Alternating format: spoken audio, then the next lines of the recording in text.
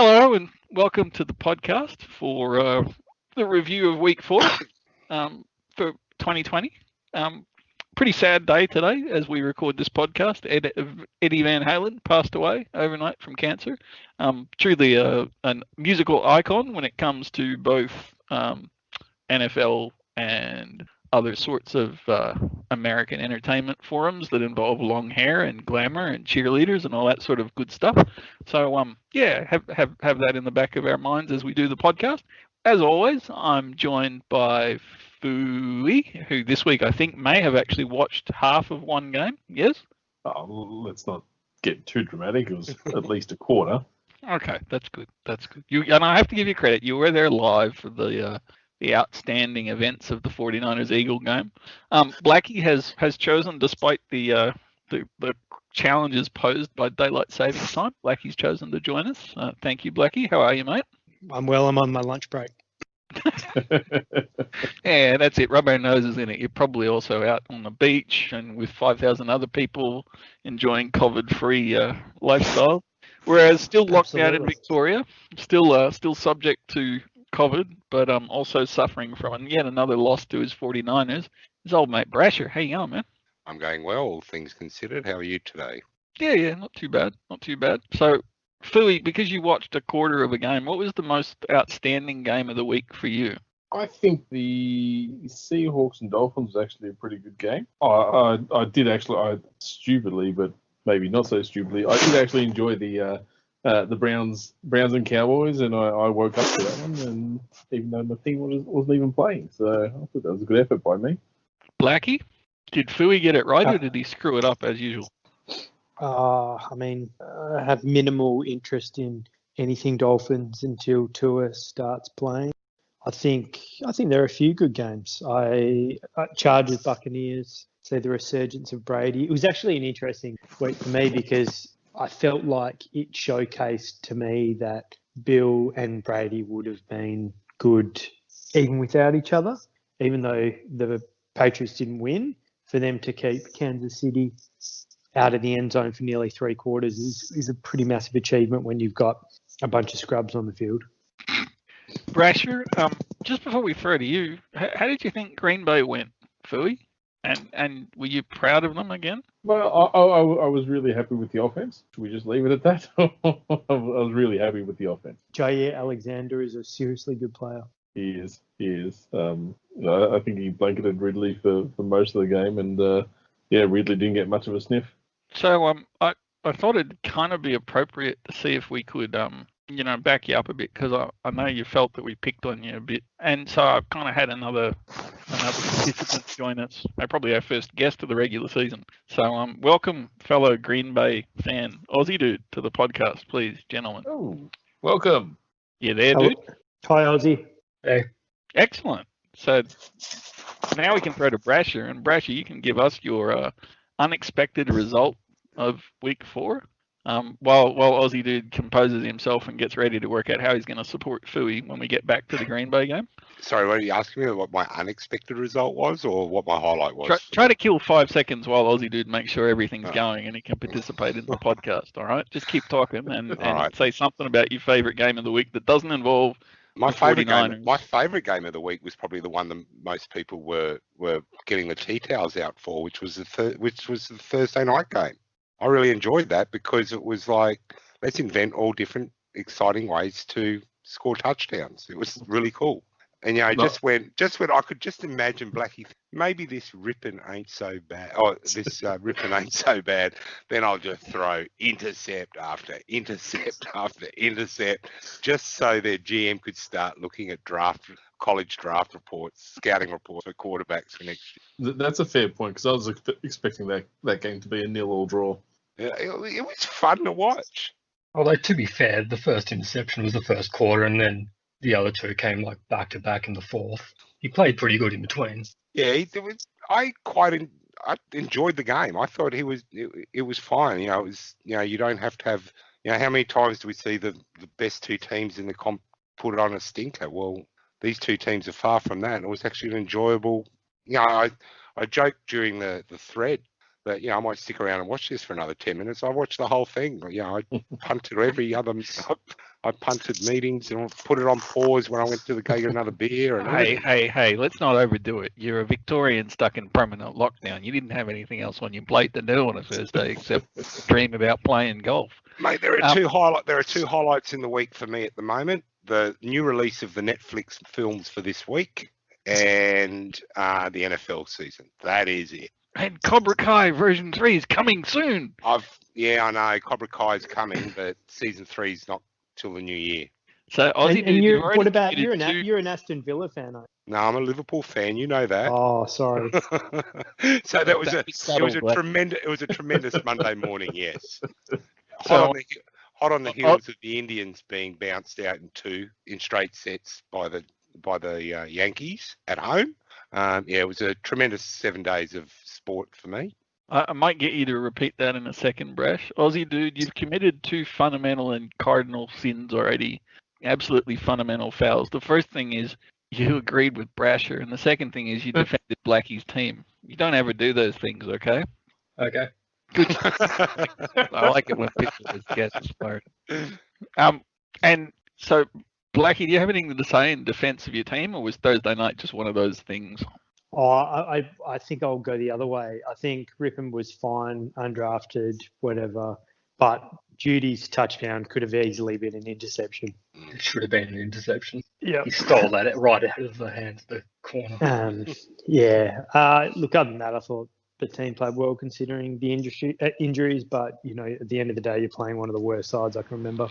So, Brash, can you just repeat what you was just saying about your highlights for the week? Well, with Judy's touchdown, if they did one of those Amazon stats, what would have been the chances of it being a touchdown versus an when it was not even when it was thrown, like when it was like a meter from Judy? It had to be like 90% chance of being intercepted, wouldn't it? Or at least an incompletion. Yeah. So I think that cornerback they need to turn into a wide receiver, because did you see his intercept he had on the next series? Yeah. That's the best play he made all night, because he got hosed all night. They picked on him all night. Brash, speaking of hosing, can you just repeat what you said about your other favourite team, not football or soccer, and what you got to watch live? What I got to watch live? I think it was another ball sport you were talking about. The English Premier League, are you referring to? No, another sport. Australian rules football? No, another sport. Someone got bounced out. About how the Indians got bounced out in straight sets against the Yankees at home in the wildcard series, the American League wildcard. Yeah, that was enjoyable. Here's a stat for you. When the Indians score 3 runs all season, they win. They scored 10 runs one game and 5 the other, and got beaten in both. So you're saying it was a pretty tough week for Cleveland fans, yeah? It was a tough week for baseball Cleveland fans, I think, because I couldn't help but notice, if you want enjoyable viewing early on a Monday morning, turn your eyes to the weekly thread on Big Footy when the Browns are playing and up and about. If you want to watch a one-way conversation, watch AmericanCrow's posting. It's not one way. I'm there to bring him back to earth. It was one way. A few times there I was actually going to say and add to his conversation, but then I thought, no, I'm going to let you just keep posting. That's it. Don't run the ball. That's it. Throw it 3 times in a row. So it is having had him on here as a guest and sharing the pain with him, because I follow 2 of the 3 of those sports we've spoken about. We follow the same clubs. To how he goes on about the Browns, it was just page after page of only him posting. Well, it was a 3 a.m. game, so. So, how do you feel about the Browns being in a position that they haven't been since the Butchie Davis era? And just for those younger listeners like Aussie Dude, Butchie Davis is not a character in The Sopranos or Boardwalk Empire. He's an NFL figure. Are you familiar enough with who that is, Brash, or do I need to fill you in? Who is that, sorry? Butchie Davis. Yes, I do know who Butch Davis is. Whose team do you think I'm referring to? Aren't you referring to the Browns? Very good. Do you think they had because this is the first time since Butchie Davis was the coach that they've been they're 3-1. Yep, and in playoff contention. Yeah, and with 7 teams and maybe 3 teams going from the AFC North, they might even get there with the Bengals in their division. So I thought it'd be pretty cool because, it's been that long. I thought it'd be pretty cool given Cleveland lost in baseball, but it's the Butchie Davis repeat era. I thought we should have somebody come on the call and join us. So welcome American Crow to the call, please. Good evening, guys. Also noting that it is the first week that we've actually had a player out to COVID. So I thought with all of those things combined. Oh, you guys are just trolling me now. Good evening. How are you guys? Good, mate. How are you doing? Not as good as your run game. Yes. Hey, as you've all seen, I'll hold a conversation with myself. It doesn't matter. I love seeing you up and about. You deserve it. Absolutely. I do. It's just Right. look, and I got to admit, I got a soft spot for the Browns anyway. So worried that we're talking about Krisha All Sorts, All That Power, or American Crow, and I was so saying, please don't criticize him, don't criticize him, because it was going to ruin my whole intro. Just quietly, Licorice All Sorts has been pretty scarce on the I wonder why. board. And I think that's the silver lining I can find in my team being shit. Yes, he was still around last year when they weren't doing very good. Something's happened to him. It has been. So American Crow is doing us a great service by keeping the threads up, or more specifically the Browns by winning. So American Crow can be up and about. Yeah. So it's good. Yeah, it's American Crow because Baker Mayfield. Is he the real deal? As long as he doesn't throw the ball more than 30 times a game. No, he seems to. The one thing that, let's give credit where credit is due, Stefanski has turned it around after I don't know what you would call the game against Baltimore. I suppose we can give him a pass on that simply because the Browns, like every team, but it probably hurt the Browns more than most, that there was no real preseason. There was no training camp as normal. So, give the guy credit. He certainly has turned the club around. They looked actually organized. The play calling, with a few exceptions, as you guys know, seems to have some sort of plan behind it. I think especially the last 2 weeks, we've seen that he does realize that when they run the ball 30 to 40 times and they throw the ball 25 to 30 times, it makes Baker far more effective. And the team as a whole has looked better. I know Dallas's defense isn't good, but anytime you put up 49 points in the NFL, it's not a bad effort. So give them credit, give the analytics boys credit. They seem to have hired a guy that at least has a team that for the most part, with the one exception, has been well prepared, and that's been a big change, as you guys know. I mean, last year was a complete mess most of the time. Yeah, and look, you can't lose in the NFL. If you got 49, well, that's a royalty number, so you're not going to lose with that number. Well, they tried. They gave it an effort. Well, mate, I'm a firm believer that if I was a baseball manager, I would, and my starting pitcher would be the Detroit Lions, and my closer would be the Cowboys. Yes, that's right. Right. Part of it too. First of all, Dak has certainly improved leaps and bounds from where he's been towards the beginning of his career to where he is now. But I wonder, and maybe you guys can chime in here. I wonder how much of it in these fourth quarter comebacks is that the other team sort of lay back. I know the Browns defense isn't real good to start with, and then when they started to lay back, it certainly gave all the momentum to Dallas. And I caught the tail end of the Atlanta game, and it seemed that Atlanta had done the same thing. So I don't know if you guys watched more closely. Do you think part of the fourth quarter theatrics with Dallas is the fact these other teams are sort of laying back a little bit? Oh, absolutely. You could see that the Browns are playing soft and Dallas was just taking the under routes and basically taking what was given to them. That's how Dak got like 250 yards in the fourth quarter. Yeah, I mean, it looked like it to me. Now, it's hard to, again, the Browns defense is going to be a sore point all year. But I tend to agree with you. And as part of my soliloquy in in the thread, my position was that the Browns defense is when it's at its best tends to play a prevent type defense anyhow. So when you tell them to play prevent, it just makes it doubly worse to me. And I hope he never does that. American Crow, mate, I'm sorry. 38 points is not prevent defense. Yeah. Well, when you give up 28 in the last quarter, it might be, right?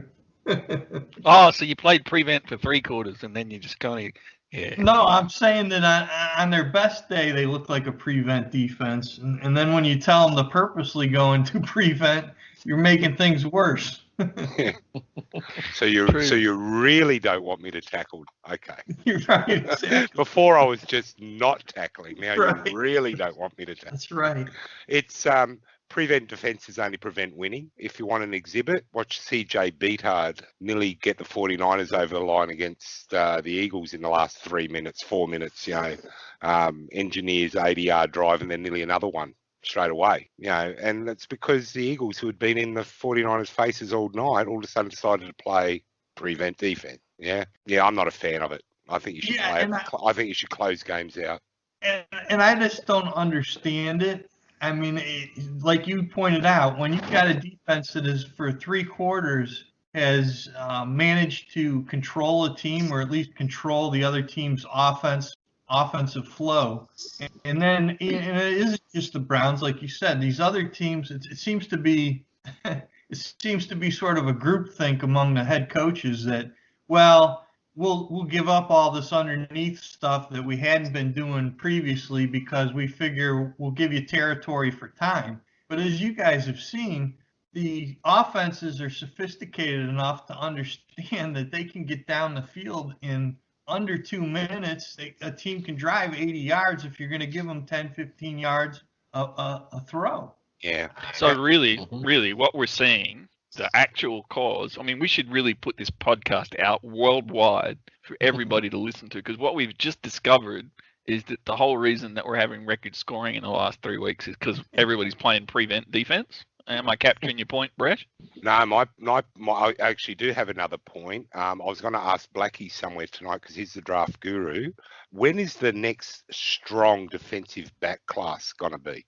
Because I've touched on this last week, and I think I made a point in the thread on, I think I got up 4 o'clock to watch the games, and I think by 4:10, there were half a dozen touchdowns over 50 yards or something like that. It was just teams just went out and went boom. It was just touchdowns all over the place. So I just don't think there's a lot of good cattle in the backfields of most of these teams either. Some of the defensive backfields are horrible out there at the moment. I think part of that is also with the lack of preseason and OTAs and stuff. There's so many just broken, busted coverages. Teams are playing prevent. It's not really prevent. It's just the whole fad that came in maybe 15 years ago. The whole bend but don't break. Just as long as we stop them in the red zone for a field goal. It's just now they're not even stopping them in the red zone. I think what I noted, Aussiedude, on the weekend was like there were. I think I was watching. That's right. I started watching Red Zone, and it was really hard for Scott Hansen to keep up with it because they weren't red zone touchdowns. They were coming from 60 yards out, right? So he kept on switching from game to game. Every touchdown had a wide receiver strolling into the end zone with no defensive back within 5 meters of him, which is exactly to your point of breakdowns. But in theory, shouldn't it be easier? I always thought, didn't they always say at the start of the season it was easier for the defenses than the offenses? I think more so it's like established offenses were always going to get their hand up. It's just, something's really just gone wrong with defense this year. But I've seen a lot of teams just in the last 2 or 3 years have really moved to a cover 3 base. Yeah. And now offense coordinators are just going, trips right, trips left, and just scheming plays open through the cover 3 system. Or they're just letting Carson freaking Wentz run the ball instead of throwing the ball. More of that later on. We're not going to talk about that Eagles game. We've talked very briefly about Blackie's team. Blackie, did you have any? Do you wish you were a Cleveland Browns fan at the moment, watching the factory of sadness suddenly fill with smiles? I think in recognition of how fleeting it's likely to be, I'll probably hold off on such wishes for this time. But I think, they've gone back to basics, running the ball really well. I think Chubb being heading into the IR is probably going to hurt a little bit, but it's actually, if you watch their O-line, and I suspect it's a lot to do with the coaching and the way they've schemed, they've been blowing some massive holes open. And I think pretty much anyone, what's the new guy called AmericanCrow? DeErnest? They made him look good. So I think anyone can run that ball. I think AmericanCrow's right. Keep the ball, keep the passing to a minimum. Time possession. OBJ, they did some creative things with him, but yeah, on the defensive side, they're a little bit soft. I think the NFL matchup show on ESPN last week went on to the Browns' offensive line and how their blocking schemes have changed, and just basically how, like, at times I think they're even pulling both guards to break open holes on your outside zone and stuff. Might throw to Blackie and probably Aussiedude. Talking about another team in the highly rated conference that the Browns come from, Ravens took on the football team. Did Lamar do a better job than he did against Kansas City, or is Washington really just that bad a team? Well, I didn't watch this game. It's one of the ones that I didn't watch, but basically, like, their end zones are now like a really weird purple, and they look like USC with their uniforms now. That's about all I took from the highlights. And the grass was really green. So stay tuned for more in-depth analysis such as that. I watched a lot of this game because I wanted to see what Antonio Gibson was like. I mean, obviously Lamar played better. Washington still figuring things out, but I think there's a few things to like. Obviously, with Chase Young out, they're not as good. Defensive front's still pretty good, but they are a team that's still finding their identity. So it's a team that the Ravens are going to beat up on. Brash, did Lamar do a better job? You take out his 50-yard rushing touchdown, and it was pretty pedestrian against a pretty pedestrian team. I don't know if Jackson's caught the lightning in the bottle this year like he did last year. Yep. It's been pretty underwhelming. The only thing that was probably annoying from this game was after Mark Andrews put in a stinker on Monday Night Football, which didn't help his football club at all, and probably a lot of fantasy football owners probably benched him. He goes and scores 2 touchdowns this week. Hang on, if you're benching Mark Andrews, you deserve to get bitten in the ass. I know, it's a bit like leaving Kittle on the bench, isn't it, Blackie? You stole my thunder. For new viewers to the podcast, Blackie and Brash are co-managing a team in one of our board fantasy leagues, and they chose to leave George Kittle on the bench this week. And they very nearly lost to Fooey as a result. Fooey rode that one hard. Look, when you've got a rookie quarterback nipping at your heels, you better be on your toes every game. And Blackie and I are pretty confident about that. Absolutely. Before we get into all that fantasy Are we football leading stuff, our division now just quietly? What? We're leading our division now. No, the 49ers are dead last. No, I thought we're talking about fantasy football. Oh, no, we'll talk about that later. You can brag once our guests have had their say. Aussiedude, I'm hoping you watch this one so I don't have to do too much editing. Bill O'Brien's last game as a NFL head coach, will it go down as one of the absolutely outstanding performances? Or it was a game I had no interest in. Did Kirk Cousins just find lightning in a bottle for his one game of the year? He has a couple of good games a year, but I don't know. I think the whole team have basically quit on Bill O'Brien and will now hopefully look better, but he hasn't left the team with a whole lot with the trades that he's made over the last few years and sold off draft picks. What? You're saying that there's not a coach out there or a general manager, because let's face it, they're now looking for both, that somehow it's not attractive to have, no first-round picks? Be spending, what are they spending? $245 million on salary this year? I think it was 50 and have, I think, three players that aren't locked in for next year on their entire squad. I'm not sure about that, Aussiedude. Is that what you're saying? You're saying it might be hard to see that as an attractive team?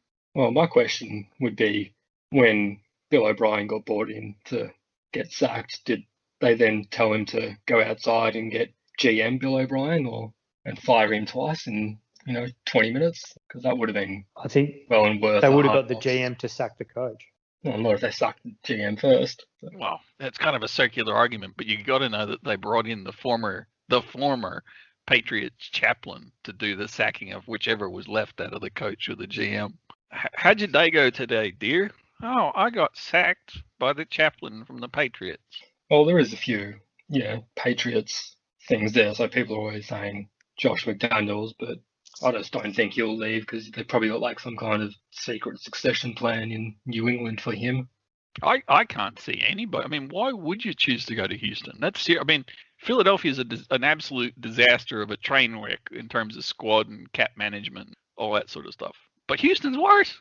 Anyway, Fui, as quarterback whisperer, I'm sure that you targeted, as the resident quarterback whisperer on the podcast, you would have targeted the Vikings-Texans game as a clash between two of the supreme performing quarterbacks. Am I right? Or was this one of the 37 games you skipped this week? No. I had a quick look at it. I think one of the positives was that Watson didn't look completely inept. So that's a start. We know what he's capable of, and of course, Kirk Cousins is. I think this was his one good game for the season. So bad luck for Vikings fans because you got another 12 weeks of pain. Damn. But yeah, no. It was potentially a good quarterback duel. Neither is really horrible, and obviously Watson's got a pretty high ceiling once he gets some help. Yeah, this was going to be the spot where I was going to ask American Crow about how the Steelers went. Yeah, they got the week off. So is that going to give them an unfair advantage in your division, American Crow? Answer in less than 12 minutes, please, dude. Well, haven't they had the whole season off? As I understand it, the combined record, at least going into last week, was 0 for the season of their opponents. So I guess my question to you guys would be, haven't they had the whole season off so far? Brash? I left them speechless. I wouldn't be making too much fun of the Steelers' opposition win-loss record with the Browns. They've played 2 NFC East teams. And, the Bungles. So not exactly. Aussie dude comes out fighting there. All right, I like it. Brash, given you're having trouble muting, we might get you to stay off mute. No, I mean, the interesting thing about the Steelers is that it does appear that Ben's elbow isn't as bad as I had probably hoped it would be coming off of surgery. But no, I think the true test for them will be when they play the Ravens and some of the other teams that they have to play. The Browns play them a week from this Sunday, so that'll be at least a good test for us to see where we're at and also to see where the Steelers are at. It was interesting how that all shook out. I think we haven't really touched on the COVID stuff yet, but we're saving that up. Brash has got a special spot. Blackie has to go to work after 4 hours, and that's when Brash's special spot kicks in. So we've got to get through the first 4 hours first. But we'll get there, American Crow. Don't worry, because it's early in America. I'm get you to save your energy too. Hey, Brash, have you got anything on the Vikings Texans or the magnificence that was the outstanding Ravens game? You already asked me about the Ravens game. Oh shit! I'll have to edit that bit out, won't I? Yeah, you have. But just when you thought Will Fuller was going to be a real wide receiver too, he actually looked all right until the end when it mattered, dropping a pass in the end zone. But we spoke about it a few weeks ago that Bill O'Brien had no right being judge, jury, executioner of that roster, and it's now look how he's left the team. It's exactly what everyone feared, that if he was wrong, he's left the Texans with no first or second round draft pick, cap hell, and trading away talent for no reason. And then to hear that they were going to sign, what's his name, the strong safety? Earl Thomas. Earl Thomas, and it was only a player revolt that stopped it. You just wonder, what was he was doing? And even seeing him in his press conference, it was like, yeah, okay, I'm done. Let's move on.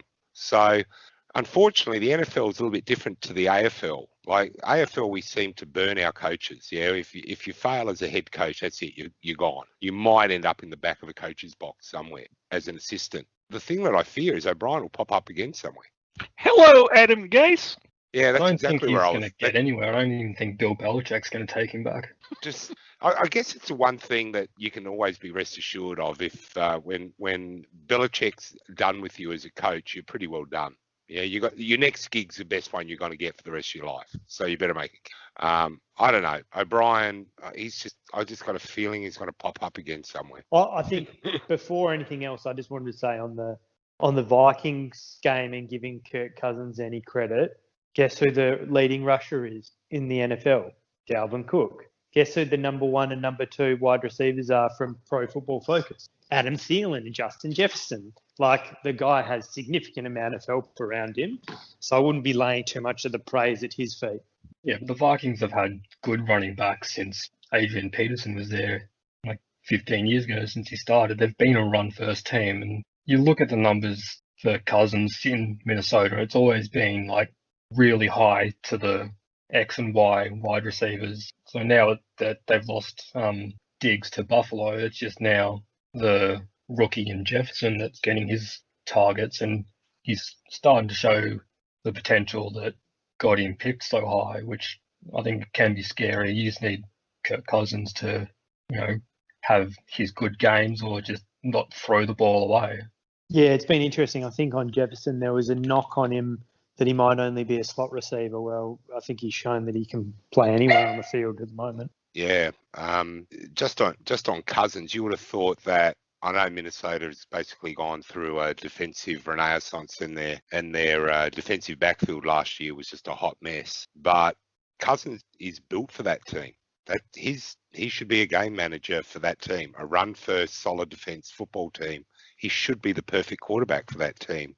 But continually will always just be a B plus B, solid B guy, not an A performer when it counts. And that's why they'll always be under Cousins. That's what they'll do.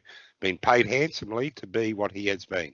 I think that's partly because Cousins wants to be, that big name player, the headline player for the team, whether it's ego or not. So he does take off throws that he has no right to That's do. right. Like you could just hit, the tight end on, the seam or, a short route for the first down, but instead he'll try and go for it all and, either throw an incompletion or maybe even an interception. And maybe the wide receivers need to fight for the ball a bit harder. But I mean, sometimes, I guess a lot of teams would have that issue when the QB is throwing more towards the cornerback, that the wide receivers aren't fighting hard enough.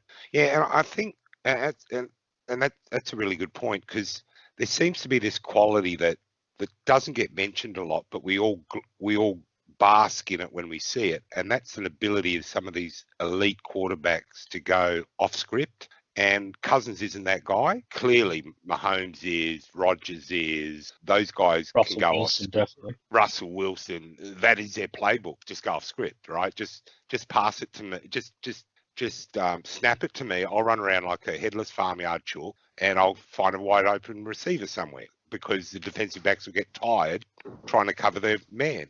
Wilson's the best at it. Cousins doesn't strike me as that.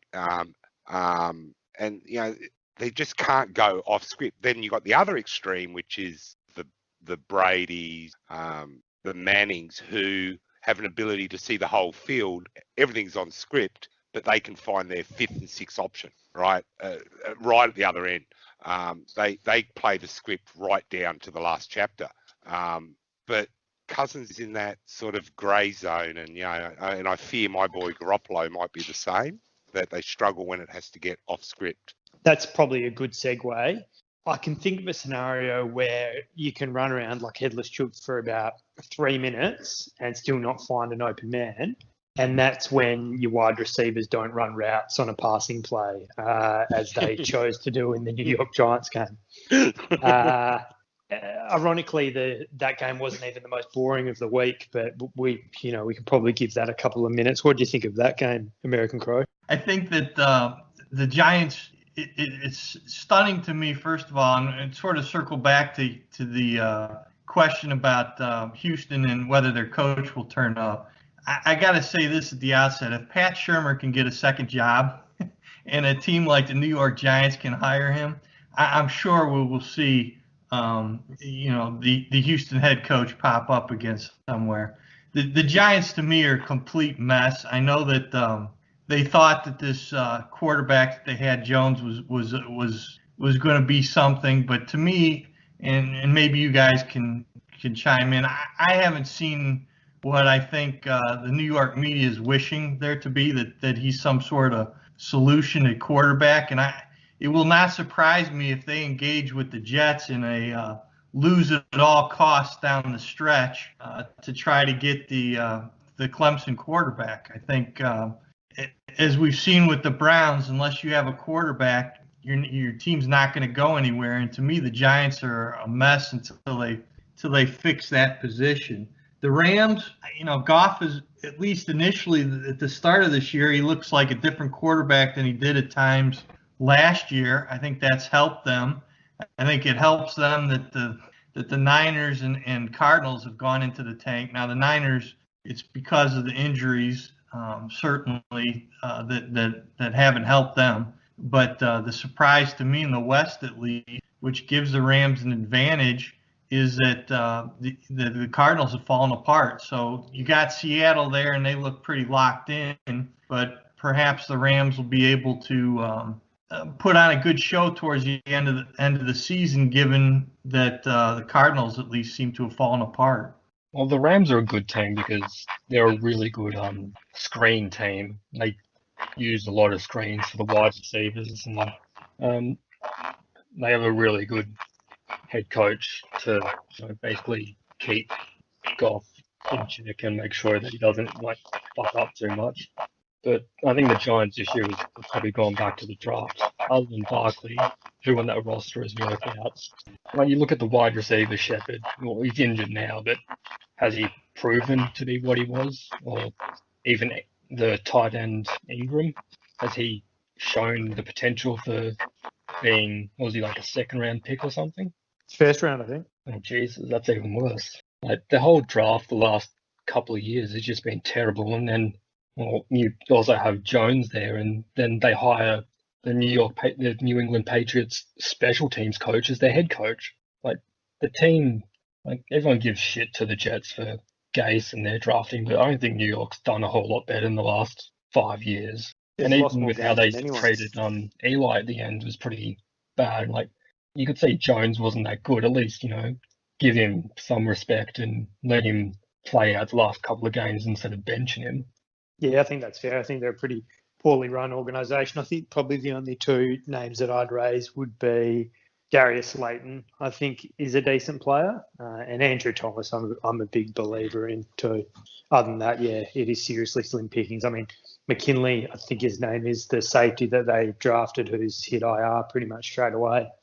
It's pretty bereft. I think a few of us were talking about it in the thread before he got injured, but if you were the Giants, would you trade Barkley now before you have to start thinking about paying him with running back contracts going higher and higher? At least get something for him now, and then a couple of days later he does his knee, and that ends any chances of trading him this season.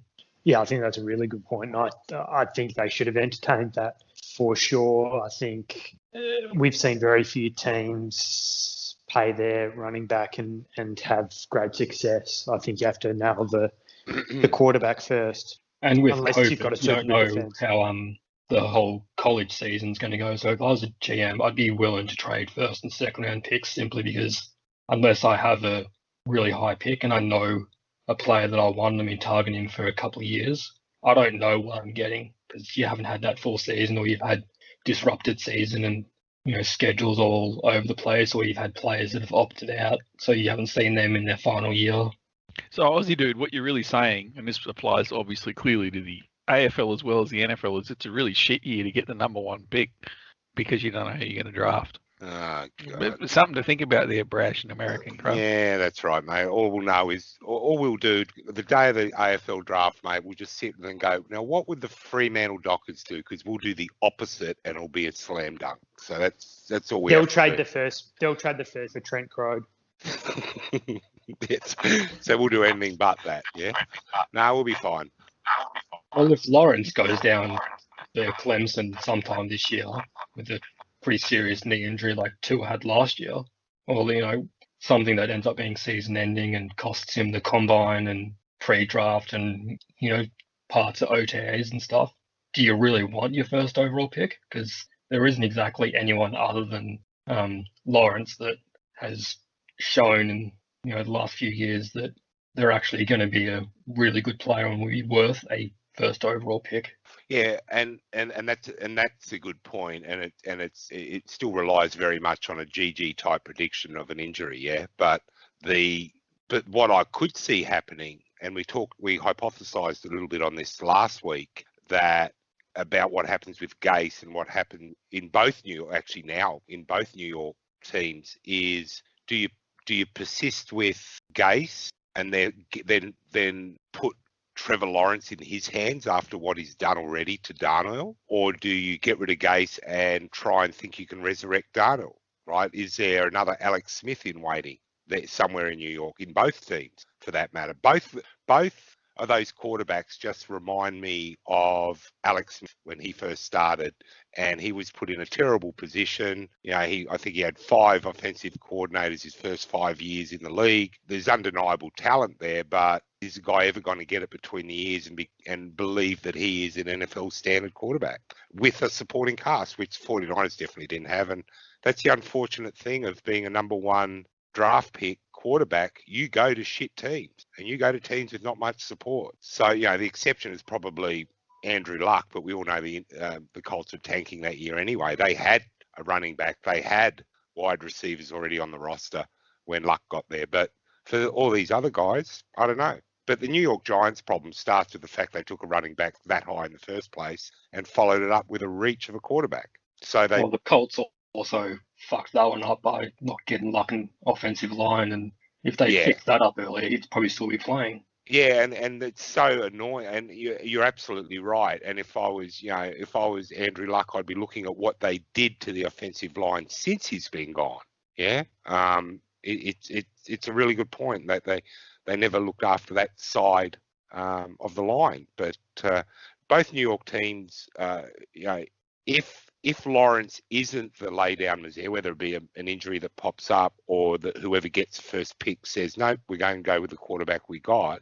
In the situation, if Lawrence got injured, I'd throw in teams seriously like who may finish mid-table, like the Vikings, 49ers, who may be prepared to invest in Lawrence sitting on the bench and recouping for a couple of years, or can afford to have him recoup for a couple of years. Oh, mate, I'd say if Tua can go, pick 4? If Tua can go pick 4 with no after hips, doing that to his hip, I don't think Lawrence is falling to to mid-first round. No. He's talking trade up. I'm saying you may get a team willing to, like the 49ers, just thinking out loud, the 49ers would be perfect because we all know their season's a train wreck, not because of their roster, it's because of their injury list, right? So everything being equal, they're back to full strength next year. You got Garoppolo for 2 years, but a very team-friendly contract. You could trade up for Lawrence because you're pretty well complete anyway as a team, depending what they do with their cornerback situation, and then sit him on for a year, let him recoup, and geez, could he go anywhere better than under Shanahan? So maybe a team like the 49ers says, well, here's this year's first and next year's first, and maybe steak knives in there as well. Maybe that's the way whoever gets the first pick goes if they don't want Lawrence. I think that's definitely what will happen, but I think it's probably going to cost more than that. Oh yeah, whatever it is, and I'd struggle to think if the 49ers would have the ammunition then to get that far up the table. Maybe it's first and seconds 2 years in a row. I don't know. I think it would be a bit more than 2 firsts and 2 seconds because I reckon you'd probably have a lot of teams that would be willing to give up 2 years of firsts and seconds for Lawrence if they're just a quarterback away.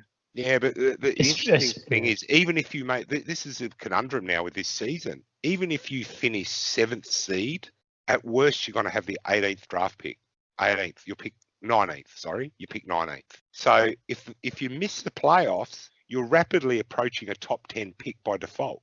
So all of a sudden it's not so bad. Niners are going to go 12-4, so they'll be picking in the top 10 for sure, in the bottom 10. They'll be pickety seconds. With CJ Bedard as holding up the Lombardi. I think that's probably right though. I think there's a high potential that a team is going to sell the number 1 pick and get bounty. Yeah, that's why it's so important to be sure about your quarterback, and that's what's unfair about the Darnell and Jones situation. Is it them or their situation? Can they turn around? Because we saw Alex Smith turn it around. Well, Danny Dimes has been heavily backed on this podcast over many episodes by the professor that just gave us 10 minutes of hosting duties. Blackie's a real big fan of him. I would simply say that I've been skeptical and remain highly skeptical compared to Sam Darnold, who I think still has great fundamentals and has been let down by potentially one of the top 5 worst coaches of all time. Before we throw to the quarterback whisperer, Fui, who is going to give us all the answers, I thought it was probably a good point to bring up one of the pieces of listener feedback that we had from, a subtle and fairly infrequent poster called All That Power, who suggested that we should have a trophy for quarterback scrub of the week, I believe was the translation of what he said in about 15 different one-line posts. And initially I responded to that post by saying, and American Crow and Brash will both appreciate this suggestion, we'd make it the Trent Dilfer trophy for the scrub of the week, because Dilfer's a pretty good anonymous quarterback. But Fui, I'm going to drop a different name on you because I've done some research, and research is something you should always consider, Fui.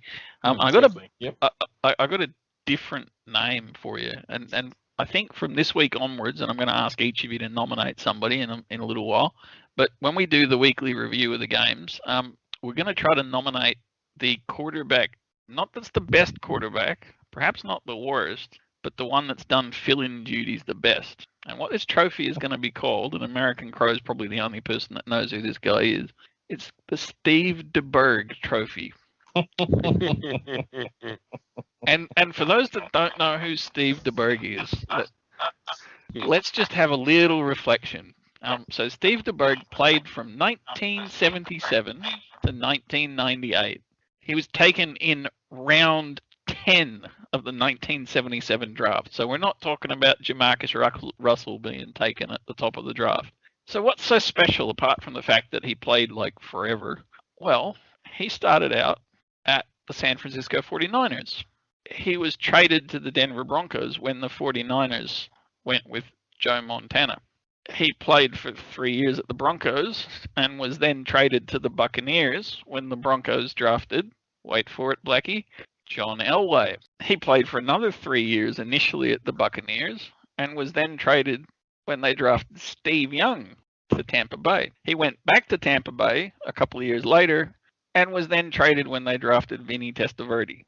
So the basic story of his 21-year career was hire me, bring me to your team, play me as quarterback because the guy you replace me with will take you to the Super Bowl. What better trophy can there be than the Steve DeBerg trophy? So with that background description, we might throw to Fui. And I know you were hanging out to talk about the Joe Burrow Fantasy Fest because you're such a fan of Joe Burrow. But before we get to that game, who would you nominate as the Steve DeBerg scrub of the week and why?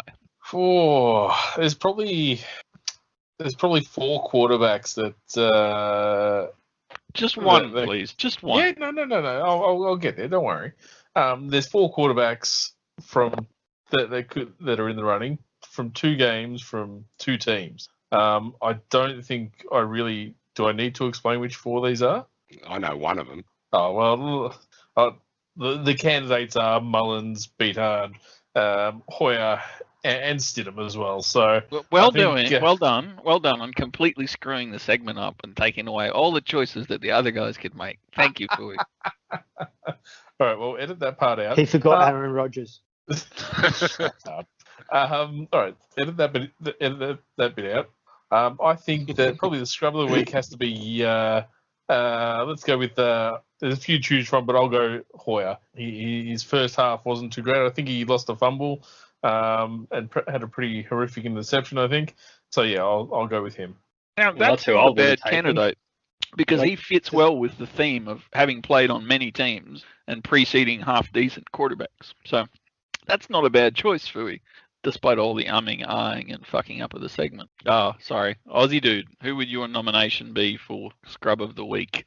I would have taken Hoyer because his play basically to bookend the first half of that taking the sack and then, trying to call a timeout with no timeouts left and then straight away in the first drive of the third quarter. He just about the exact same plays. He gets sacked again, but this time fumbles it. There's not much worse you can do than that. But So you think it's a pretty straightforward pick? That's cool. We can have. it has to be. Like, who else really fucked up that much unless you want to go, I don't know, maybe you're I've got a getting different- Giants or someone. You can't really go for a backup like that, can you?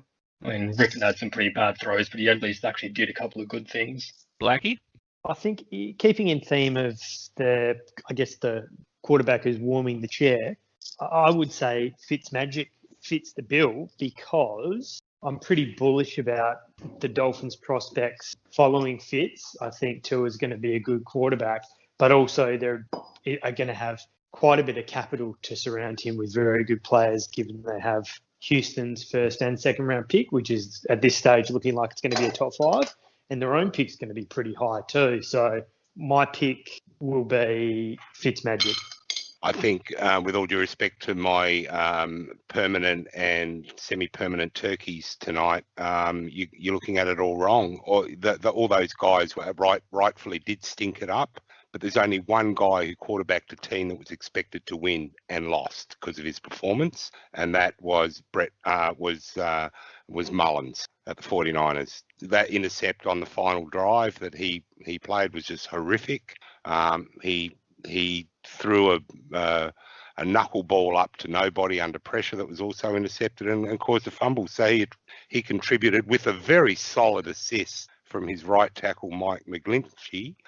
He's absolutely was the backup stinker, Steve DeBerg Award of the Week. And you did him a bit of a disservice, Mr. DeBerg. You forgot his stint at Atlanta, BPG. The podcast done so long. Well, mate, not too many guys can claim that they got yanked from a game for Tony Graziani. That's right up there with G. Davis as one of So, the great so I'm NFL going names. with Nick Mullins, mate, because all those other guys, yes, they stunk it up. Did anyone seriously think a Brian Hoyer quarterback team, regardless of how he played, was going to beat the Kansas City Chiefs? Not in your life.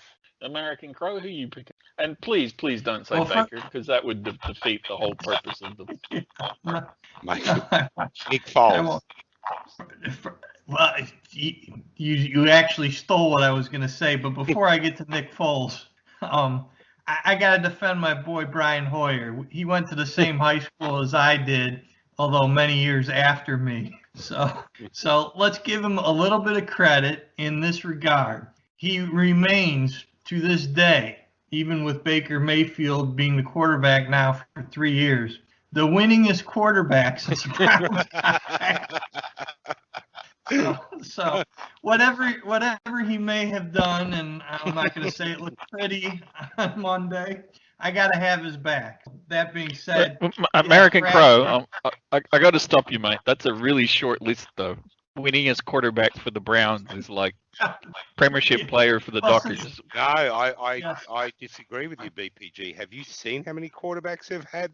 That's a top of a very long list, mate. Just The question is how many quarterbacks have they had that have won games? Jersey and paper on with all the names of the current QBs. well, not only do they have the jersey, but now it's become such a long list. I think I posted it early in the season. There's a video out of all the quarterbacks that used the scene from The Office, the television show, and had a list of all the Browns quarterbacks. It was like a 3-minute video. So yeah, it's pretty bad. No, going to answer the question, and Brasher sort of took it from me, but it was where I was going. Nick Foles. I mean, I think given the expectation that the Bears had that he would somehow recreate the magic that he had the previous week, you got to say his performance was probably the most disappointing. He just was not good at all. He certainly qualifies in the Berg category in that he's played for several teams, and he had good stretch with Philadelphia. But I would have to say his performance on the weekend was probably the worst. I mean, they were at home, and that was a game that they should win. So that would be my contribution to that. I thought Nick played poorly. Which he invariably does. Did people expect Foles to really do much? I mean, he couldn't even pick out Trubisky and Priestley, the starting QB1 job. So did you expect that, when they finally changed quarterbacks, which was going to happen at some point, that he was going to miraculously, become the savior for their season? They were lucky to be 3-0 if it wasn't for, Swift dropping that pass week 1 and then the Falcons having their colossal meltdown. There's no luck involved. The Bears are the best 3-0 team ever in the history of the NFL. Doesn't everybody agree? I thought it was the Steelers that were the best 3-0. If you listen to their fans, they'll tell you that. Well, by the way, you may not know this, but they have 6 rings. I'm still I'm just sitting here, just a little bit stunned that American Crow turned out so normal after going to a Roman Catholic all boys high school. But that's all right. I'm with you. I'm with you there, American Crow. That those high schools are weird, but yeah, some of us sneak through without being too flawed. Well, I will say this, and you guys can appreciate this. As Brasher correctly indicated, it was an all-boys high school. So the interesting day in my life was the first day at Miami University when I stepped on campus and went to class and realized that girls had changed from the 8th grade to college. And you could tell all the guys that went to all boys schools because all of us had our tongues around our ankle as we walked into class. It's better than that was my experience. As opposed to having your pants around your ankles in high school. Yeah. Otherwise known as the Brasher look. But anyway, we'll stop talking about schooling education for the time being, and we'll talk about a team that I thought was thoroughly schooled and utterly dominated for 3/4 of the game, but somehow came back to get a win, and that was the New Orleans Saints-Detroit Lions game. Am I being unfair to the Saints, or were the Lions actually competitive? Fui, I know you didn't watch this one, so I won't ask you. Is Drew Brees should he be regarded as the comeback king for getting them over the line, or was it really a case of the Lions getting cheap points? No, it was Patricia doing Patricia things. I think the Saints aren't very good, but I did witness Drew Brees throw a pass probably 20 yards down the field, so it was a red letter day for that offense. But yeah, Detroit just did what Detroit do and just snatched defeat from the jaws of certain victory. And it didn't even involve a drop DeAndre Swift pass this week. New ways to snatch defeat. Just on rookie watch, Okuda, I think, is the lowest rate cornerback out of all cornerbacks at the moment. So they need to figure him out pretty quickly because otherwise that'll be a number 3 pickup in smoke. Bucks Chargers or the Raiders Bills games. I thought both of them were pretty enjoyable games for what was a pretty average weekend. So Bucks Chargers, what did you like about that one? The yellow highlights on the unis from the Chargers, which I have to say are much better than the brown on brown crap that the Cleveland team trotted out. No, I'm quite enjoying Herbert the last few weeks. I'm looking forward to see how he goes on Monday against the Saints in his first real big matchup. But Brady's starting to find his way in Tampa, but there's still some things that he can't do, and there's no way he should be throwing out routes anymore because he threw another pick 6 on another out route. It's just the corners are just sitting on it. They say that that's what the wide receiver is going to run, then they're just cutting it, and it's 2 or 3 times now that they've had them returned for 6. So yeah, he just doesn't have the arm strength anymore for the out route, which not sure if we really expected so soon, but it's probably a similar story to Breeze, how it's just dropped off really quick and really noticeable. The Chargers wide receivers, other than Keenan Allen, could anyone actually name one without looking them up? There's a bunch of practice squad players and not really anything because it's just Keenan Allen or practice squad players is basically what Herbert's throwing to, and then they've just lost another running back with Eckler going down with a hamstring for 6 weeks, so he's not getting a whole lot of help from the run game at the moment. Yeah, really good summary. I mean, I think the Chargers defense still has a few bright lights in it, but not many, and it's really hard to see. I just don't see how they're going to progress with that squad. I mean, they're the only team that's really on par with the Philadelphia Eagles in terms of the wide receiver talent that they're trotting out.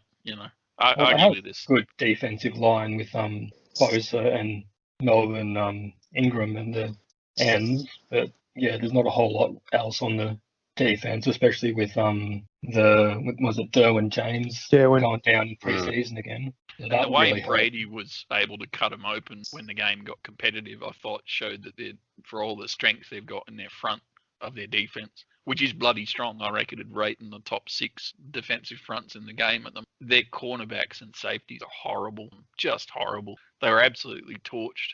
And to be frank, I didn't think Tampa Bay played that well, but they absolutely dominated the closing part of that game. It was a very entertaining game to watch, and a lot of points scored, obviously, which seems to be a pattern this season. But old man got him over the line against potentially the next version of Brady. But I think probably Herbert's more mobile, yeah, Aussiedude? Absolutely, yeah. Look, I've loved Herbert for a few years because I saw a lot of him at Oregon. So I probably thought he was probably the best long-term quarterback coming out of the draft last year because I just wasn't really sold on Burrow, maybe. That's because I've seen a whole lot of, one-year wonders who, they struggle to even get a starting job until that final year, and then everything just clicks. Like, I just always wonder what clicked that year that didn't click the previous years, and I've seen a lot of them just turn into a heap of shit in the NFL because they have gone to really bad teams and, they regress to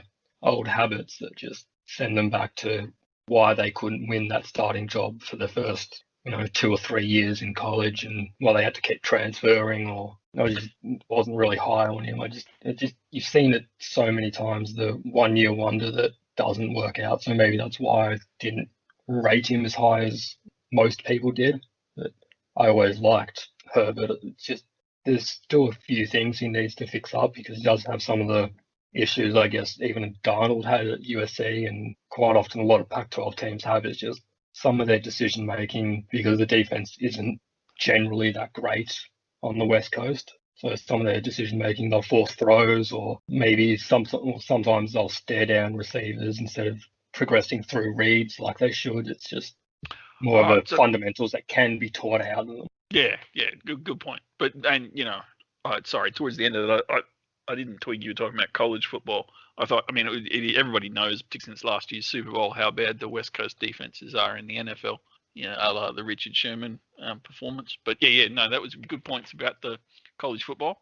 And we're definitely going to get you back to talk about college football, Aussiedude, because I know that's an area you got really interested in. And we weren't sure we were going to have a college football season, but we've had one so far, at least. And Fui, I'm giving you fair warning. It might be a week or two before we have Aussiedude back, but there's a name I want you to actually research, giving you the quarterback whisperer, so I can get you to talk to Aussiedude about it.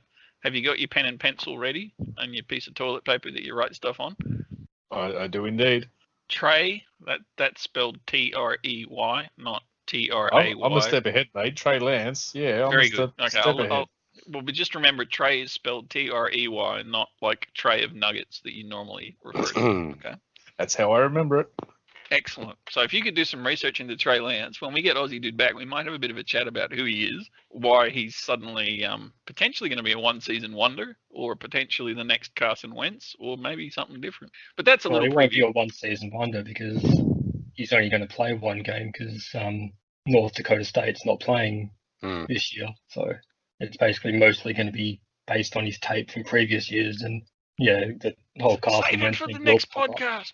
Save it up. Don't give Fui any credit for research, all right? You're leaking all the research. You're giving him an unfair advantage. Brash, did you want to add anything research to that? on him as well then? Because I haven't watched the whole of the Bisons the last few years, other than maybe that one game a year where they play South Dakota State and game day shows up there.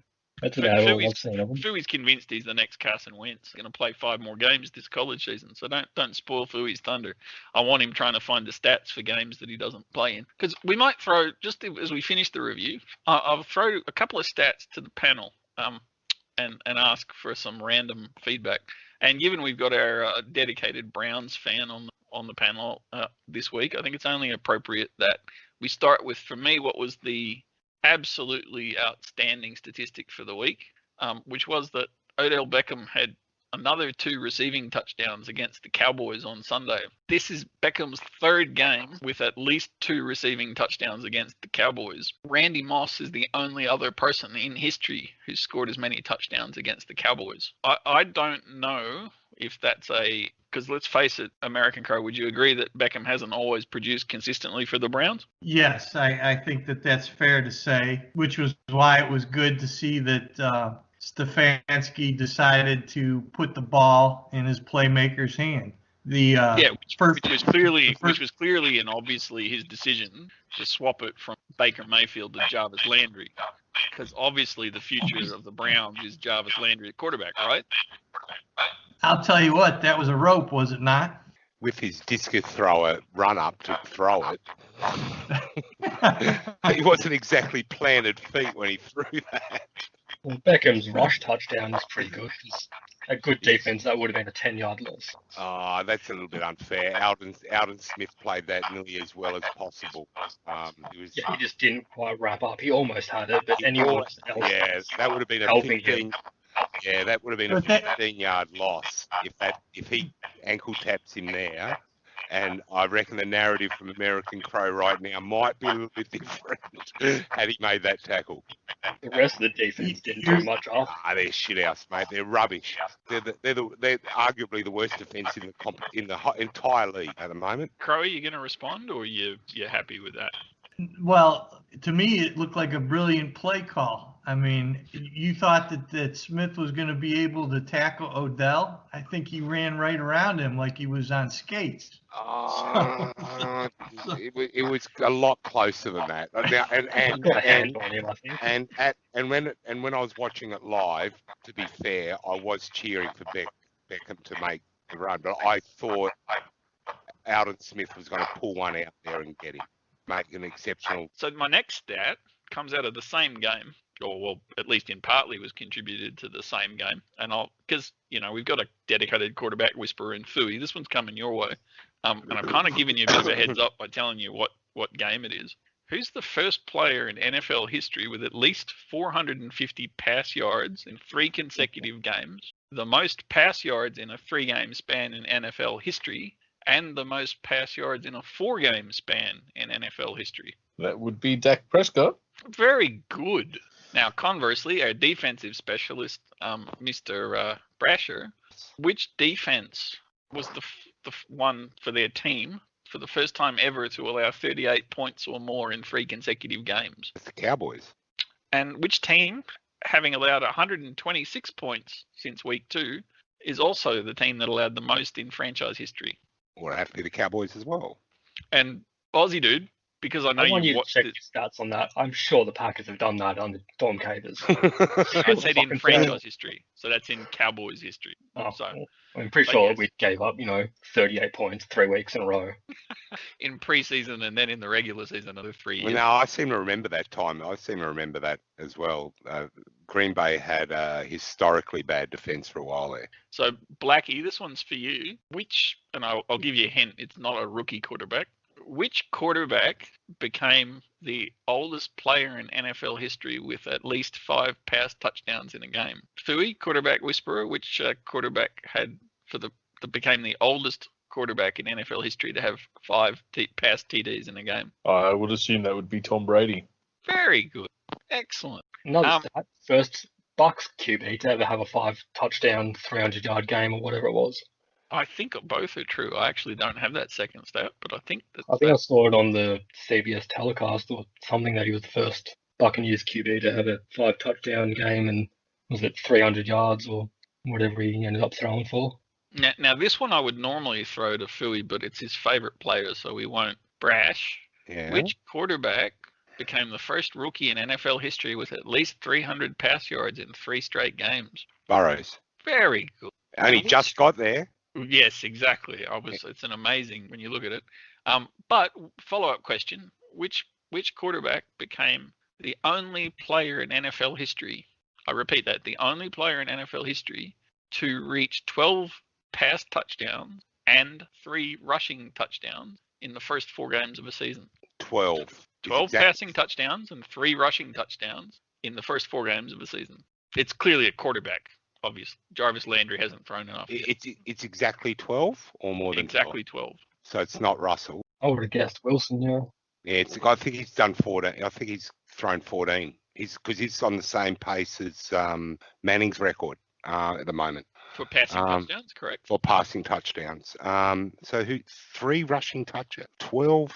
It's not Rodgers. Nope. Think of the other conference. All right, Whisperer, you can answer this one if you've got the answer from your Google research. What's Google? I'm pretty sure it's Josh Allen. Very good. Of course. Actually, we could have talked about that game because I had a few things to say about Allen and Carr. Was it your weekly, is Josh Allen actually good? Well, go ahead, hit us with it. I was watching the game. I was really looking at the QB play from both teams, and something then just clicked and stuck out. Carr is Jay Cutler. He gives defenses a couple of plays a game that he throws right to them, and if they don't catch them, then that's their chance gone. But he gives defenses 3 or 4 passes a week that are right to them and should be intercepted, and he'll just have some terrible reads. It just reminds me of Jay Cutler at the Bears. And he's now basically relying on Wallow, who is a really, really good tight end that's basically come from nowhere, and Renfro, who is like this little midget of a wide receiver from Clemson that is somehow basically like your Wes Welker type role. So, given we've just been talking about quarterbacks, we might finish off with a couple of other kind of semi-key stats. There are 2 quarterbacks that are presently leading their teams as the leading rusher for their teams. Please name the 2 quarterbacks. American Crow? Well, Lamar Jackson's got to be one, right? Correct. Boy, I'm drawing a blank on the second one. I don't know. It has to be Cam Newton, surely. Nope. No, it's Kyler Murray. Nope. Aussie dude? Was it Haskins maybe? Because Nope. Washington doesn't really have much. What was the question? What was There the are question? 2 quarterbacks who are the leading rushers for their teams. One is obviously Lamar Jackson. Who's the second one? I would say it would be Darnold. Nope. Do Maybe. you want to have another go, Aussie dude? I'm just thinking about running QBs that aren't Wilson or someone like that. Couldn't be Deshaun Watson, could it? 'Cause Nope. After the It's trade, Carson no? Wentz, ladies and gentlemen. Oh Jesus! Now, I'm not sure. This is a chicken and egg thing. I'm not sure if that says how brilliant Carson Wentz is as a rushing quarterback, or if Is it that just says before or how after shit. sack yardage taken off for Yeah, negative? that's yards? right. Yeah. No, that includes all sacks. That's net rushing for the season. No, But I'm not sure if that sacks says. Sacks don't go Sacks and against negative rushing ones. stats. They go against passing yards Yeah. for the team. All right. I'll look into that and I will confirm it. I'm fairly certain that the way this was measured in the stats site that I'm looking at, they included sacks in the negative column. But regardless, I'm not sure if it says anything about how good Carson Wentz is, or if actually what it says is how pathetically shit the Philadelphia Eagles running game is. The fact that we only have one running back that's actually run more than 12 times, and that's Miles Sanders. Anyway, so I thought you'd all miss out on that stat. Here's another stat, and this one's just for you, Brett. As at the end of week 4, Jerick McKinnon has scored a touchdown in each of the first 4 games for the 49ers. A great story, lovely comeback, really, really positive story. Yep. Comeback player of the year. Who was the last players for the 49ers to score in each of the first 4 games of a season? In each of the first 4 games of the season? Yep. Are we going back to Jerry Rice? Very good. Outstanding research. Well, he scored 200, so he's likely I'm to still put a string together. impressed. I'm still Right, impressed. let's go back to that Carson Wentz stat. I just looked it up. Miles Sanders has 236 yards. Carson Wentz has 111. Yep. That must be after the game against the 49ers. So, sorry, I probably should say through week 3. What you need to understand is that BPG needs a Sedgway to get to talk about the Eagles for 5 minutes every week when everyone else doesn't care. And normally it just starts as an absolute torrent of abuse about his team. But because he won, he's lasted 2 hours before he got to talk about them tonight. And I haven't finished yet either. Best stat to do with the Eagles, and the only one that I back as a stat. Cameron Johnson, 51.2 yards in the game against the 49ers for every punt. So he's punting at more than half the field. the only punters in NFL history. So that was Cameron Johnson's 12th career game where he's averaged over 50 yards a punt. He's only the 4th punter to do that, and he's played 12 less games than the other 3 punters on that list. His career average is now, after this week's game, his career punt average is 47.7 yards, which is by nearly 5 yards the longest career average of any punter in NFL history. So they have at least one good player, and he's their punter. No, see, these sorts of stats mean nothing because they don't take. They're circumstantial stats. When you take the ball on the 25 and go 3 and out, you have more chances to kick the ball longer than other punters who are pooch punting because their team actually advances the ball a little bit normally. Yeah. So he's had more. You guys have. I think if you look at the stat, you guys have pretty well close to more 3 and outs than anyone else in the comp. Which I'm not arguing about that. He has more opportunity to kick the ball long. So that's a Kishirani stat. It means nothing, mate. All right. I was just shocked that apparently kissing your auntie means nothing. It better mean nothing. Well, I thought he said kissing his ass, but anyway. If people can go off mute for this next bit, because I was chipped pretty severely at the end of last week's podcast. Didn't make the final cut, surprisingly, given who has editorial control. But I was chipped pretty severely for being really negative about the Eagles and being a Debbie Downer and being unnecessarily bleak about my team. And I have to give Brasher credit because he motivated me, and I went away and I did a bit of thinking. And you know what? The NFC least is not the worst division in football. We are absolutely not the worst division in football. We are the 8th best. And the Philadelphia Eagles are absolutely not the worst quarterback team in football. They're the 32nd best. And Carson Wentz, he's not the worst quarterback. He's the 32nd best also. So Brasher, I have to give you credit. Sorry, mate. I was tindering Arnie's. What were you saying? Oh my god! Someone's looking forward to Thanksgiving. Fuck,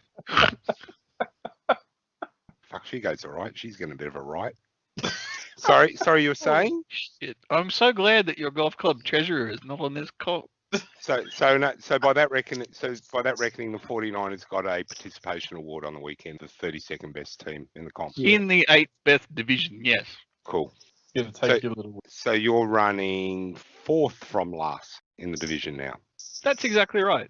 And we're the 8th best division. And at the present moment in time, we're the least worst team in the 8th best division. Am I doing this right? Yeah, and you're going to get and I hope you stay exactly where you are for the rest of the year, 1st division. I genuinely do. You get the 4th seed. Home game. Play. Who do you play? The 6th seed then, yeah? Now how's it work? 1, 2, 3. You play the 6th seed, yeah. You're just looking for a nice upset for your betting odds. Anyway, I just wanted to share that different approach to viewing. No, and see, American Crow, if you'd looked at things that way, imagine how Cleveland wouldn't be such a factory of sadness. You left me speechless on that one. That doesn't happen very often, does it? Are you going to talk about it sometime this year? Which division's worse? This year's NFC East or the 2010 NFC West? This year's NFC East. I think that's easily this year.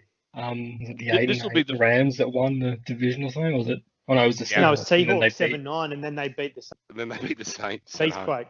Yeah. So I can't see a playoff win in any of these guys' future.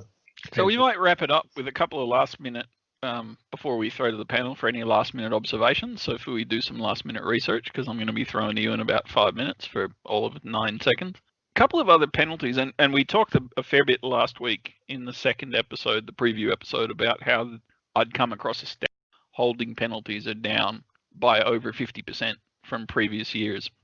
I did a bit more research and I found a good website, and I'll put the link up because it's got some absolutely outstanding stats that are updated in real time about penalties. One of the stats that it has on the website is for penalty differential, and that's obviously, and I'm sure Brasher will want to argue about the exact calculation of the stat. Broadly speaking, it's the difference for each team between the penalties that they are given and the penalties that they give away.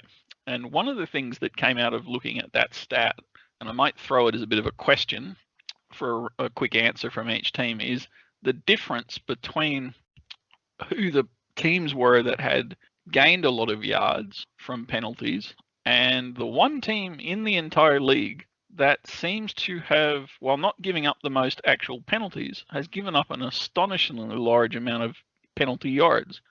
Fui, who is your tip for the team that has given up the most penalty yards as penalty differential? I would say someone with a bad defense, possibly some young defensive backs. I will say I'm tossing up between the Cowboys and Vikings. I'll go Cowboys. Cowboys have got a differential of 94 yards. Blackie? I think it's New Orleans. I've seen them give away a ton of pass interference. Correct. Blackie wins the prize. Ding, ding, ding, ding, ding, ding. And personal fouls. Yeah. The second worst is, which Fui amazingly correctly predicted, he's obviously not just a quarterback whisperer, he's a penalty whisperer. The second worst team is the Dallas Cowboys, and their differential at the end of week 4 was 94 yards. In other words, they've lost 94 yards more than they've gained. The worst team was the New Orleans Saints, who have lost 223 yards more in penalties than they've gained. That's and it's important to note that they are absolutely not the most penalised team. They've only given up 28 penalties, which isn't even anywhere near the worst in the league. But whether it's because they're all pass interference, or whether there's personal fouls mixed in, or whether they're trying to recapture the joy of the Greg Williams years, I don't know. But that was a stunning stat for me. That's just lucky Jeff Dunn's not on this podcast. Don't worry, I'm lining him up for next week to find out how he's going to turn that differential around. Now, conversely, Blackie, you might be interested in which team is the second biggest beneficiary at the moment from penalties. Well, it's obviously the Broncos. Exactly. They've given away 21 penalties, which is only 7 less than the Saints. But somehow, having given up 21 penalties, they've gained 105 yards. How the fuck does that work? I would say, haven't given up the big ones. We've given up touchdowns instead of big PI calls. It is an interesting one, though. Maybe some false starts. Who's got the best differential? The Raiders.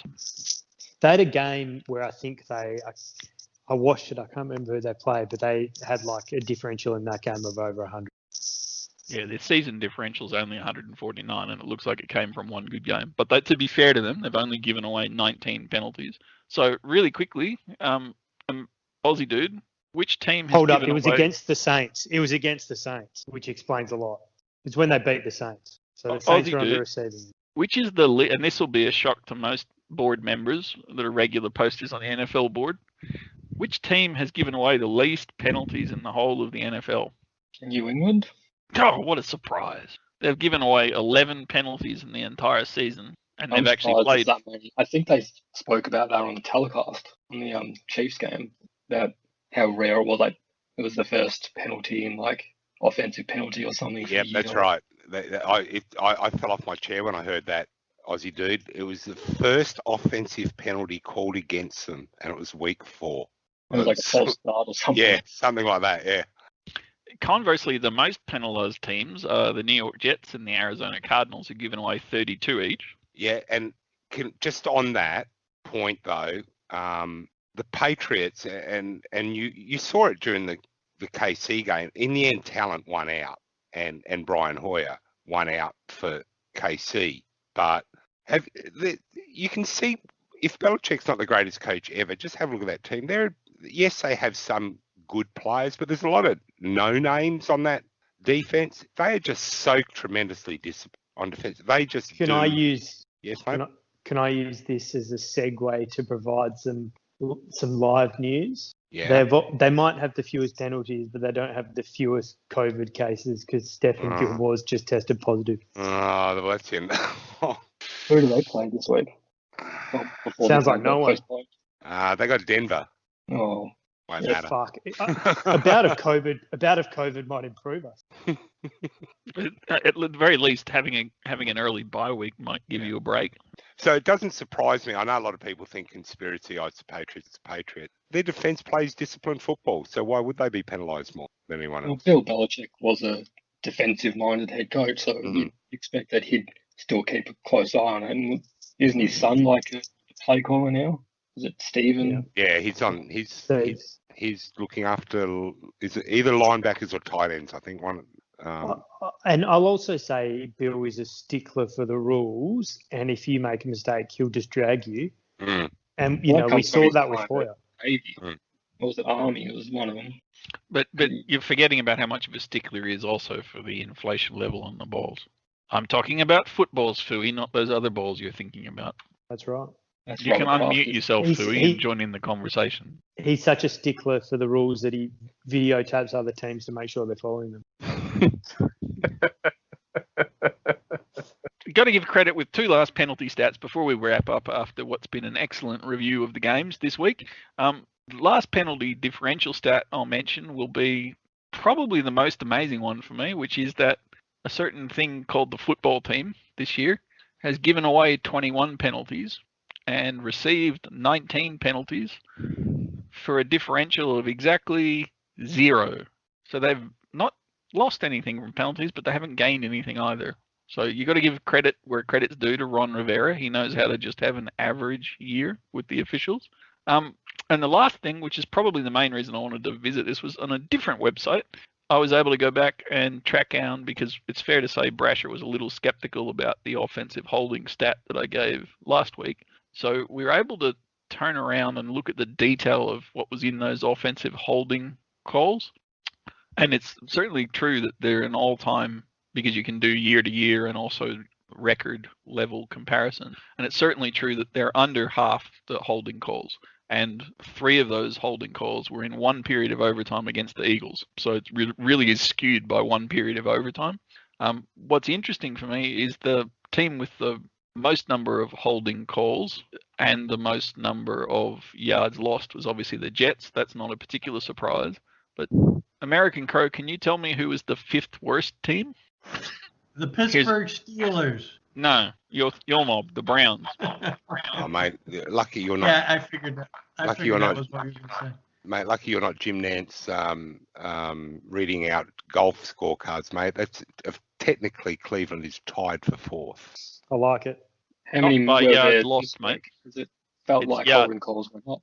Not by yards lost. Yards lost, 50 and 50, mate, by my reckoning, looking at this column. Yeah, all right. You win. I knew you'd find a way to undermine my stats segment. Well, I was going to undermine you because I'm not sure what you mean by not believing or discounting what you were saying last week. I thought I was in violent agreement with you, and Blackie and I were both in violent agreement with you about just visually we could tell that were less offensive holding penalties being called. Oh, that must have been And Fooey. if Fooey watched the games, he would have said the same. All right. How can the Giants with that line not have been called once? Oh, they've been called once, and it was so they obviously scored a touchdown off it. So, You need to actually get a hand or a sack. on the defensive player. I think Blackie's actually nailed it, but I will say that that's what happens when you're in the 8th best division in football. I tell you what is a genuine surprise, though, as well, looking at these stats, and I guess it's a reflection of the no crowds, is that the away team is getting called 50% more often than the home team for holds. Sorry, the away team. Yeah. The away team. No, actually, I got that wrong. I would have thought it would have been. So there is still home ground advantage. Sorry, strike that. Oh boy, am I going to have fun editing this bit. All right, ladies and gentlemen, we might finish the segment, and I'm going to throw it first to American Crow and then to Blackie, because I know Blackie will balance out the COVID debate. We might throw with just the last 3 minutes about what it was like to have our first game lost. And did we lose it, or was it just postponed to some time to be advanced to this weird thing called COVID? So Postponed because they moved the Steelers and Ravens to when the Ravens were meant to have a bye, and they just moved a couple of games around with bye weeks. So we're just shuffling bye weeks, you reckon, Aussie dude? That's what we're doing. Yeah, so the Steelers had their bye week last week, and they're now playing the Ravens when they were meant to have their bye week, and the Ravens bye week went forward a week or back a week. So see, American Crow, really COVID's a good thing because everybody just gets their holidays shuffled. Is that the deal? Well, I think you can look at college, right? I mean, colleges have had several games canceled. what has surprised me, and obviously I'm sure you guys have seen my posts, the first 3 weeks to imagine that there were no positive tests was something that was hard for me to swallow. I think, if that's the case, the NFL has been extraordinarily lucky, given that it's a coast-to-coast league, given that there is no true bubble. I can speak from experience here in Arizona. When I'm out and about doing things I need to do, on the weekends, you would think that this was, October 2019.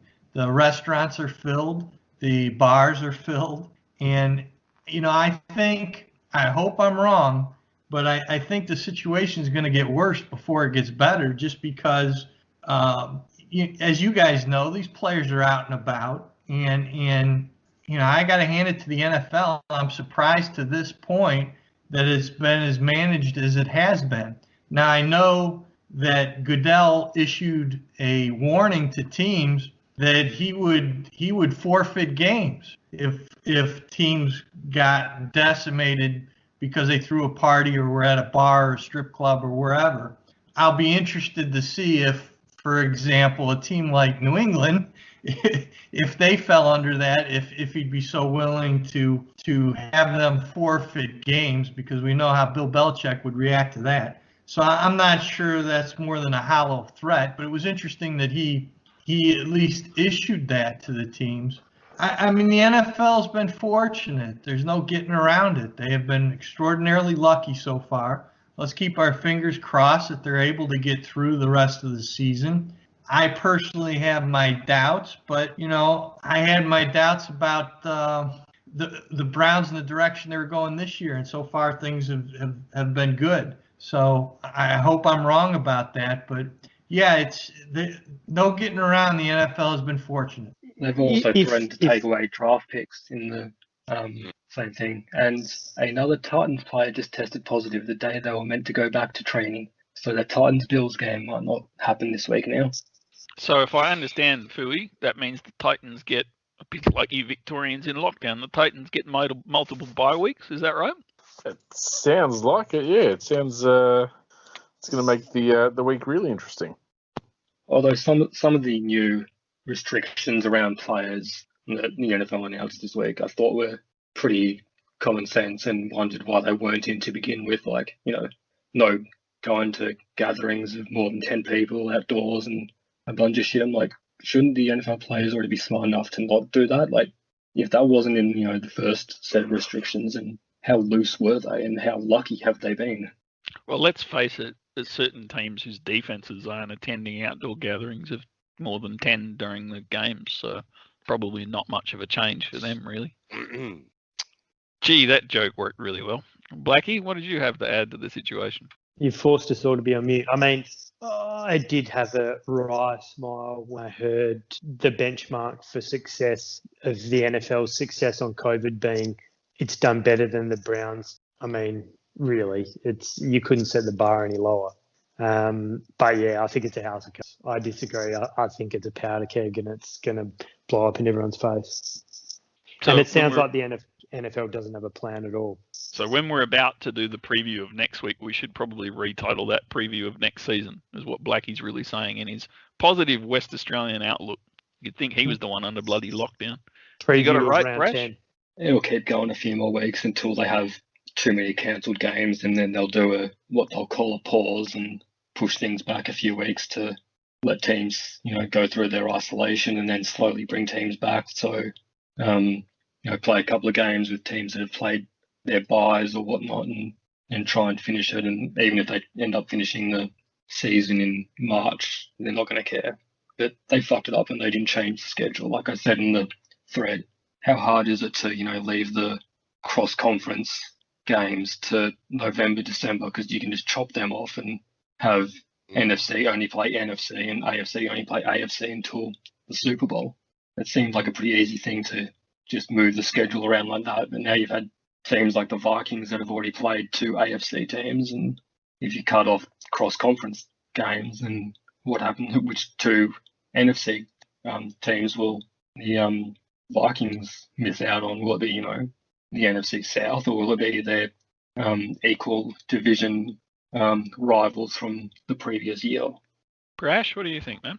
Yeah, I thought at the very least, all the divisional games should have been played the first 6 weeks, to at least so you could anoint divisional champions and then play the whoever your cross conference division was that year next, then your cross AFC division if you get that far, and keep the schedules as balanced as possible. But now they're all over the place, as Ozzy said. There's just no way now you can get any semblance of a balanced schedule. What I think they'll do though is I believe they're talking about adding a week at the end of the season before the playoffs as a buffer week. I think what may happen is if it gets, I don't know like everything with COVID, I don't know what's a good number, right? Because you get told 6 people tested positive today, 3,000 somewhere else. I don't know what's a good number with this COVID thing because nothing's benchmarked.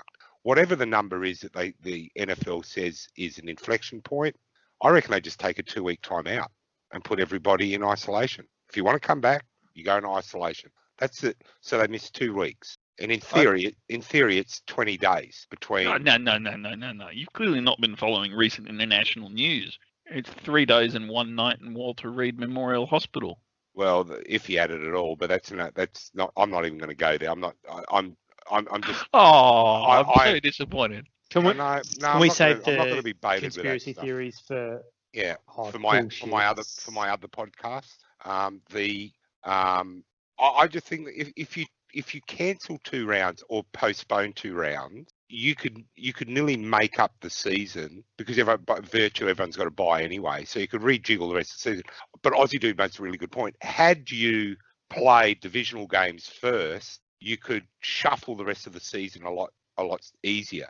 But the way NFL is set up, the way COVID is, you could have a timeout for 2 weeks of the season and put everyone into isolation and see where you are at the end of that. Say end of November, right? If they get that far, it may be end of October, probably realistically. And then you say, okay, first 2 weeks of November are off. Everyone goes into isolation. That gives us 20 days between games. That should pretty well clear us through the incubation period of this thing and see where we're standing after that. I think that's an alternative. And then push everything back 2 weeks from there. Fui, as the fellow Victorian lockdown victim of the podcast, you got anything to add? They've really screwed this one with the scheduling, haven't they? But I think that idea is pretty good. Which if it gets to a point where we're gonna lose a season, shut it down for 2, even 3 weeks, and just you can't tell me they wouldn't be able to rejig the schedule to be somewhat fair with the 3-week break, and as I said, maybe add one on. If Super Bowl's not in mid-February, who gives a shit? So yeah, it can be done. It's just whether they're willing to, I think. No, I'm sorry. We're going to have to wrap up this with a very strong point of disagreement from me for the ending of this week. I just can't agree with any of the things you've said about having a pause and resuming it and playing in February or March, because I'm sorry. This is the one and only opportunity to have the 8th best division in football won by a team that has 1 win. And I am sorry, but that would be the most outstanding tribute that anyone could ever pay to the bizarro year that we have had in 2020. So unless there's anything else, and I'll leave it open, you guys can talk about anything else you want. My money's on just on that. If the Eagles split with the Cowboys, I'm pretty sure that we might even beat the 7-9 Seattle record if we play a full 16 games. Remember, I predicted that there would be more than 1 tie in that division this year. I stand by that, and that's a serious prediction. I can seriously see more than 1 tie in that division this year, and I did predict it several weeks ago, did I not? Yeah. Turkeys? Yeah, anything else anybody else wants to talk about in the week 4 games? Oh, well, not really the games, but more on COVID. I think on like American Crow, I thought there was no chance that we'll have the season start on time, but there's definitely no chance that we'd have a full 17-game season, at least not with it finishing in February. And then a lot of it depends on the broadcasters, and the NFL doesn't like being taken off TV, but CBS already have their February, lined up. Do they have, lead-up games for March Madness and maybe some golf or whatever in February to go straight into? So can they still fit the NFL there for the Super Bowl?